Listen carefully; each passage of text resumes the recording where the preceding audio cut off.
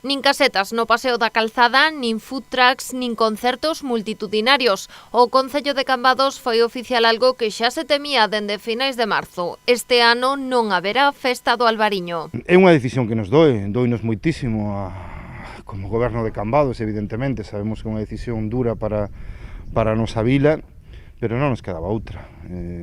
Na situación actual non podíamos tomar outra decisión que non fose esta, porque somos conscientes do risco que tería unha festa multitudinaria. As características do evento, que fai que nunha fin de semana pasen por Cambados máis de 200.000 visitantes, fan imposible que a súa celebración sexa compatible coas normas de seguridade sanitaria.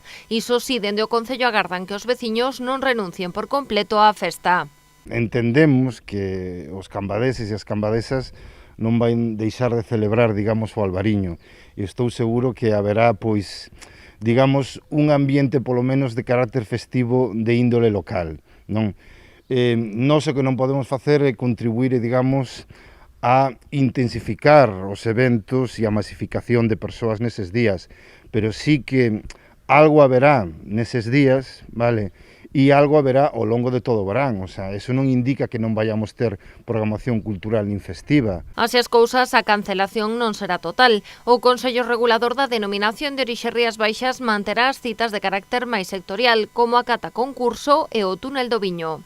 De celebrar solamente aquelas actividades imprescindibles, como pode ser a cata, a entrega de premios e algunha outra actividade de carácter sectorial relacionada co sector do viño, non?